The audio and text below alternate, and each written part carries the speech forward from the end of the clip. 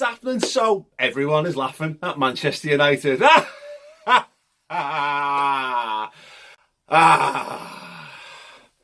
That's it. Thanks very much for watching. It's been great to do.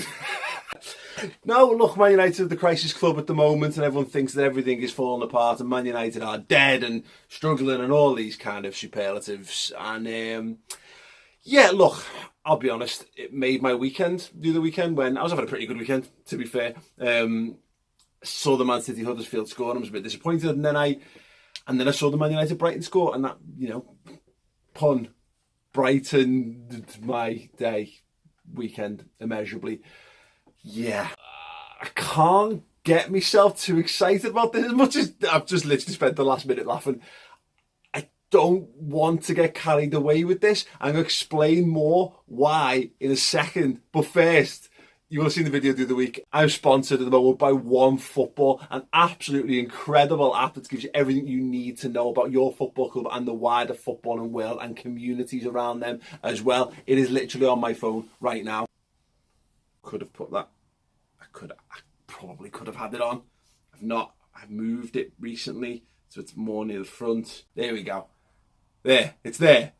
It's the Onefootball app. It's sound. Literally, again, in terms of score updates, that's how I found out that Man United had lost to Brighton. So if I wasn't in love with it already, I certainly am now. But look, if you want to try it out and you want to give some feedback or whatever, there's a link in the description underneath. Click through. It makes me look amazing, of course. And why wouldn't you want to make me look amazing? Unless you're a Man United fan. But look, Man United fans, I'm not looking to dig Man United fans out. Look, it goes without saying, if you're from Manchester, you have the same level of antipathy towards me as a Scouser as I do to you, of course. And I do have Mack friends. I mean, that sounds like weird, doesn't it? No, but I get on with the lads who do the Man United fan channels. I get on with Sam Peebles, I get on with Steve Howson, I get on with Statman Dave, I get on with Adam McCullough.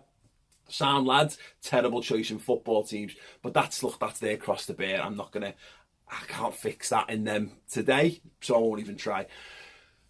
I can't properly get on board with this notion that Man United are dead because the season has literally just started.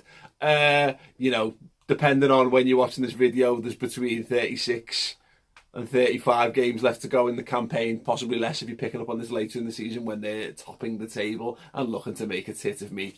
Fair play. But that's kind of what I'm driving at, is that there is a long way to go, and whilst I have from afar enjoyed seeing Man United fans getting a little bit windy about the things happening to their club, they now seem to be splitting into two factions almost, and it's the ones that are totally bought into Jose Mourinho. And why wouldn't you be bought into Jose Mourinho? He's a guy who delivers silverware. He's already delivered silverware at the club.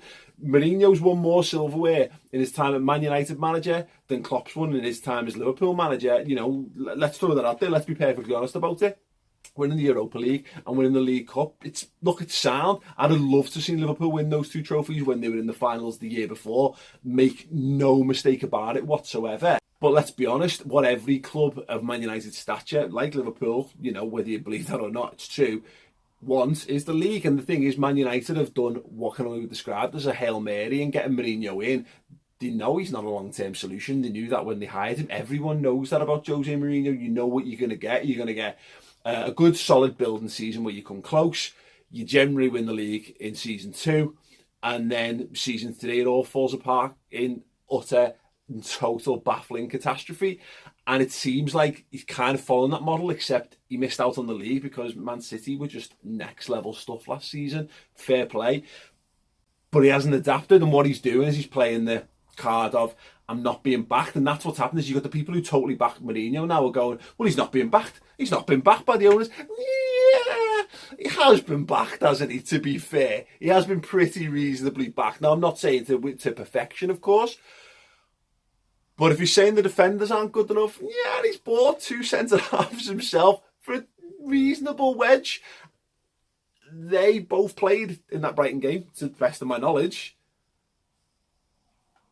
And then additionally, you've got the guys who've probably not been totally happy with the brand of football that Mourinho's been playing, and that's been bubbling under the surface. And when Mourinho's team are winning, you can put aside any complaints about the style, because ultimately, when you're a club like Manchester United, you're a massive club, you exist to win trophies, you exist to challenge, you exist to be at the top of football.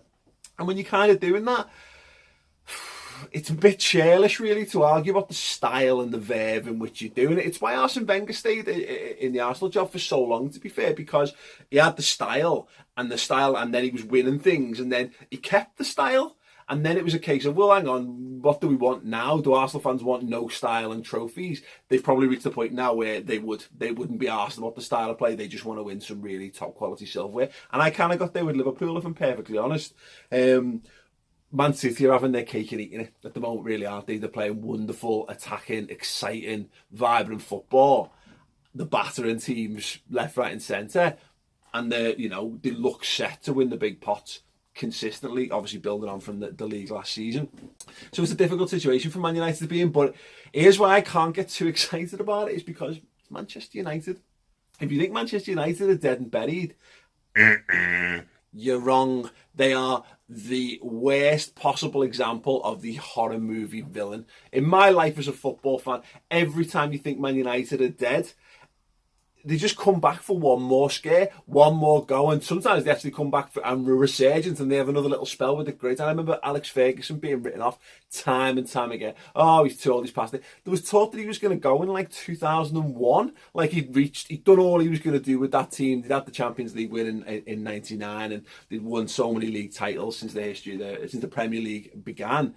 That might have been the time for him to step. There was talk of him getting to the Champions League final. I think it was in Glasgow that year, 2001, 2002, and that being his last hurrah. And, he went on for over a decade, racking up, European Cups and league titles and, the domestic trophies in that time.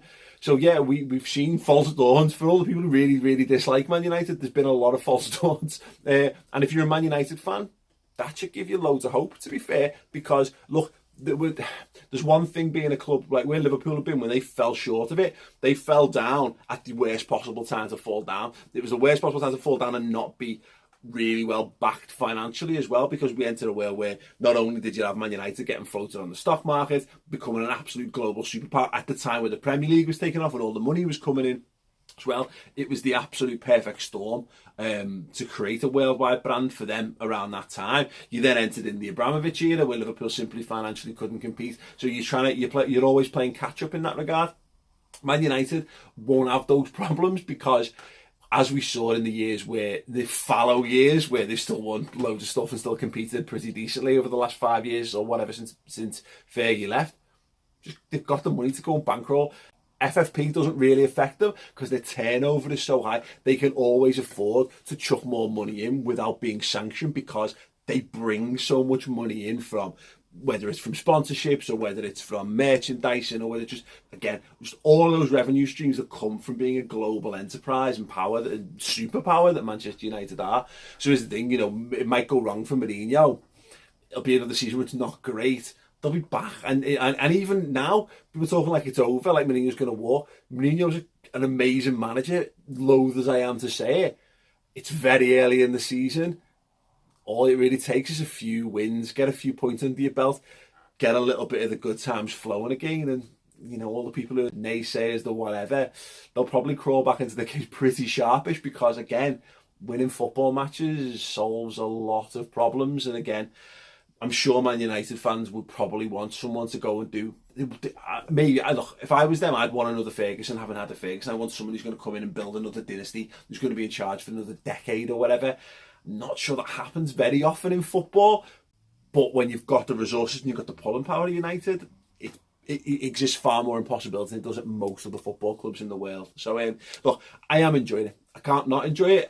The Man United, the club that I dislike most. Like, there's a greater natural rivalry. I hate losing Merseyside derbies more, but Man United are, for me, are Liverpool's biggest rivals because, look, they're the closest in terms of winning the most major trophies in footy. They are the most successful. Liverpool and Man United, 1 and 2 in terms of the most successful clubs in the country. I want Liverpool to get back to being that because Man United did, in Ferguson's words, knock us off our fucking perch, and I'd like to knock them right back off our fucking perch again and get right back onto our perch and stay on there for a very, very long time, if that's all right with you, Liverpool. So yeah, I'm enjoying it. I can't help but enjoy it. I'm sure all Liverpool fans and fans of anyone, like Leeds fans, definitely Leeds fans, are all over this at the minute.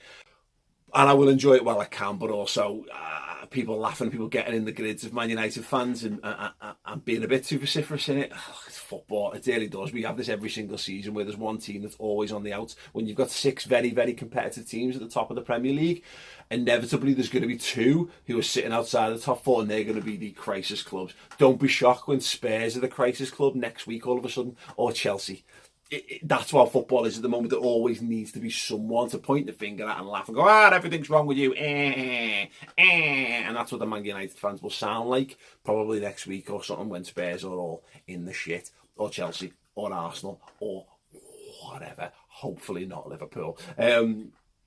So yeah, enjoy the bad times at Man United while they last, because all I'm saying is they don't tend to last for very long. So if you're a fan of Man United, take heart from that. And if you're not a fan of Man United, again, enjoy it while it lasts. Anyway, just my thoughts on the Manx, and having a bit of a giggle at Jose's plight for what it's worth. Listen, if you like what I'm doing on this channel, subscribe. It's always much appreciated. Drop a like on the video as well. I had a little chat with Jurgen Klopp, which is boss. I'll annotate to that video. All amazing stuff. Nice one.